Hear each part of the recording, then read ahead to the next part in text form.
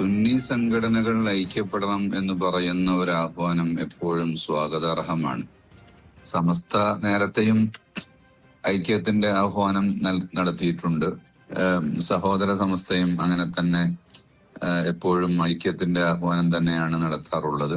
ചർച്ചയുടെ ഒരു സാധ്യതയുണ്ട്.